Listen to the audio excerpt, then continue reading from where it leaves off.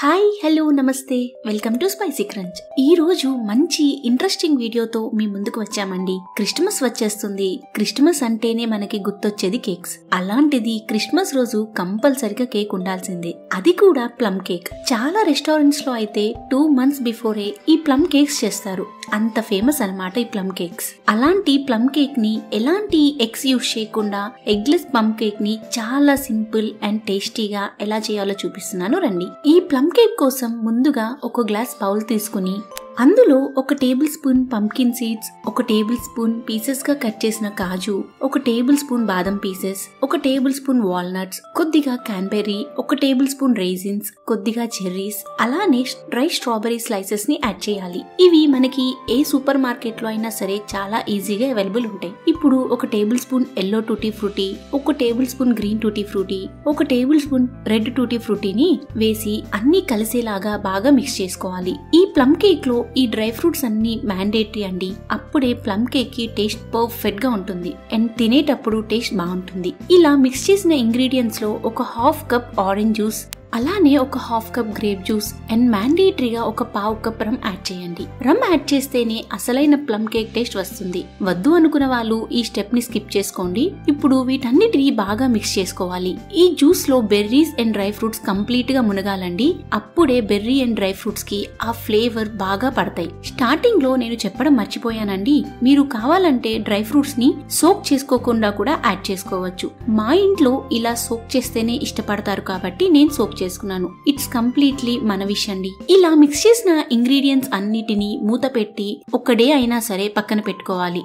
In case కుదరకపోతే at least 6 hours అయినా సరే ఇంగ్రీడియంట్స్ అన్ని బాగా జ్యూస్ లో సోక్ అవ్వాలి. అప్పుడే ఆ ఫ్లేవర్ అన్నవి బాగా ఎన్హాన్స్ అయ్యి కేక్ కి పర్ఫెక్ట్ టేస్ట్ ని తెస్తుంది. చాలా రెస్టారెంట్స్ వాటిల్లో అయితే 2 months ముందే ఇలా జ్యూసెస్ ని బెర్రీస్ అండ్ డ్రై ఫ్రూట్స్ లో సోక్ చేసి క్రిస్మస్ టైం వరకు స్టోర్ చేసి అప్పుడు కేక్ ని ప్రిపేర్ చేస్తారు. బట్ మనం ఎలాంటి ప్రిజర్వేటివ్స్ వేయట్లేదు కాబట్టి 1 డే సోక్ అయితే సరిపోతాయి. ఇది నెక్స్ట్ డే మార్నింగ్ అండి. చూసారు కదా, బెర్రీస్ ఇంకా డ్రై ఫ్రూట్స్ బాగా జ్యూస్ లో సోక్ అయ్యాయి.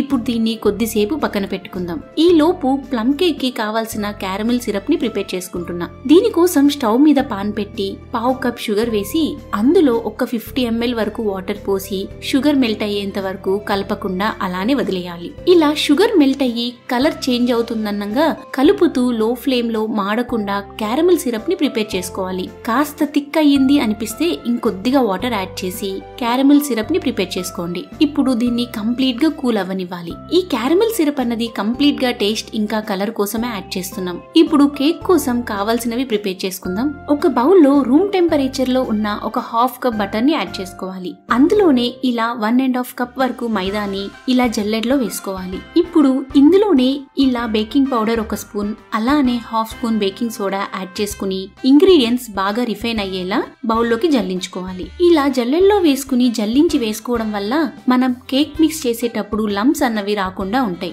ఫైన్ పౌడర్ అన్నది ఉండాలండి. సో ఈ కేకే కాదండి, మీరు ఏ కేక్ చేసినా సరే ఇలా జల్లించడం మ్యాండేటరీ. ఇప్పుడు జాజికాయని ఇలా గ్రేట్ చేసి 1/2 స్పూన్ యాడ్ చేసుకోవాలి. అలానే సినామిన్ కూడా 1/2 స్పూన్ వరకు గ్రేట్ చేసుకుని వేసుకోవాలి. ఇవి యాడ్ చేయడం వల్ల మంచి ఫ్లేవర్ అన్నది యాడ్ అవుతుంది. అలానే జాజికాయని చాలా మంది వాడరు, చేదుగా ఉంటుందని, కానీ ఇలా 1/2 స్పూన్ గ్రేట్ చేసి వేయడం వల్ల ఆ ఫ్లేవర్ చాలా బాగుంటుంది. ఇప్పుడు ఇవన్నీ కలిసేలాగా ఒక్కసారి కలుపుకోవాలి. మనం రెడీ చేసి పక్కన పెట్టిన క్యారమిల్ సిరప్ ని కూడా యాడ్ చేసుకోవాలి. ఆల్రెడీ నేను చెప్పాను కదండి, ఈ క్యారమిల్ సిరప్ వేయడం వల్ల మంచి కలర్ అండ్ ఫ్లేవర్ వస్తుంది. కేక్ కి ఇప్పుడు స్పాచులర్ తో ఇంగ్రీడియంట్స్ అన్ని బాగా కలిసేలాగా మంచి బ్యాటర్ ఫామ్ అయ్యేంత వరకు మిక్స్ చేసుకోవాలి.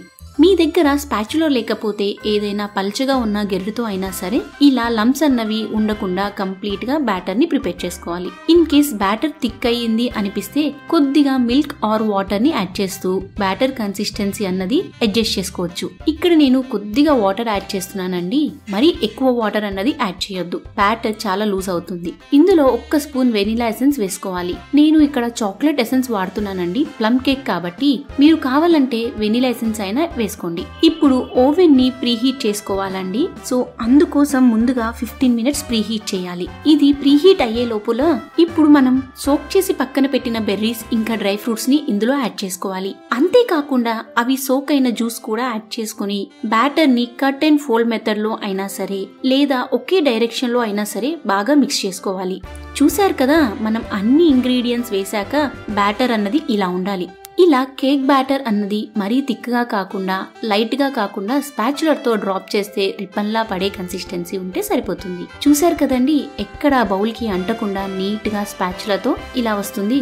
ఇప్పుడు మీకు నచ్చిన షేప్ మౌల్డ్ అన్నది తీసుకుని ఇలా బటర్ అన్నది అప్లై చేసుకోవాలి. మౌల్డ్ లేకపోతే మీ దగ్గర ఉన్న ఏ మందంగా ఉన్న బౌల్ అయినా సరే పర్లేదు. ఇలా బటర్ అప్లై చేశాక బటర్ పేపర్ ని అందులో సెట్ చేసి ఆ బటర్ పేపర్ మీద కూడా ఇలా బటర్ అన్నది అప్లై చేసుకోవాలి. అప్పుడే బటర్ పేపర్ బౌల్ కి స్టిక్ అయ్యి ఉంటుంది. ఇన్ కేస్ మీ దగ్గర బటర్ పేపర్ లేకపోతే లైట్ గా బౌల్ కి బటర్ అప్లై చేసి కొద్దిగా మైదా వేసి డస్టింగ్ చేసుకోండి, సరిపోతుంది. ఇప్పుడు పక్కన పెట్టిన బ్యాటర్ ని వేసి నీట్ గా సెట్ చేసుకోవాలి. ఇలా సెట్ అయ్యాక బౌల్ ని కొద్దిగా ట్యాప్ చేయాలి. అప్పుడే ఎయిర్ బబుల్స్ అన్నది లేకుండా పర్ఫెక్ట్ గా ఉంటుంది. కేక్ మీద టాపింగ్ గా చెర్రీస్ ఇంకా కాజుతో గార్నిష్ చేస్తున్నాను. మీరు మీకు నచ్చిన డ్రై ఫ్రూట్స్ తో టాపింగ్ అన్నది చేసుకోండి. ఇప్పుడు ఇలా ప్రీహీట్ చేసిన ఓవెన్ లో 150 డిగ్రీ సెంటీగ్రేడ్ లో ఒక అట్లీస్ట్ 1 అవర్ 30 మినిట్స్ అయినా సరే బేక్ చేసుకోవాలి. ఖచ్చితంగా 1 అవర్ 30 మినిట్స్ అయితే పడుతుందండి. పైన కలర్ చేంజ్ అయ్యిందని మనం కేక్ ని ఆఫ్ చేయకూడదు. కేక్ పైన అవుతుంది కానీ లోపల అలానే పచ్చిగా ఉంటుంది. కావాలంటే చూద్దాం. నేను ఆల్రెడీ కేక్ పెట్టి 1 అవర్ అయ్యింది. ఒక్కసారి చూద్దాం. ఇలా ఏదైనా టూత్ పిక్ తో కేక్ లోపలికి ఇన్సర్ట్ చేసి చూడాలి. టూత్ పిక్ కి ఏమీ బ్యాటర్ లేకుండా క్లీన్ గా వస్తే మన కేక్ రెడీ అయినట్టే. చూసారు కదండి, ఇలా బ్యాటర్ లోపల కుక్ అవ్వకుండా ఎలా పచ్చిగా ఉందో.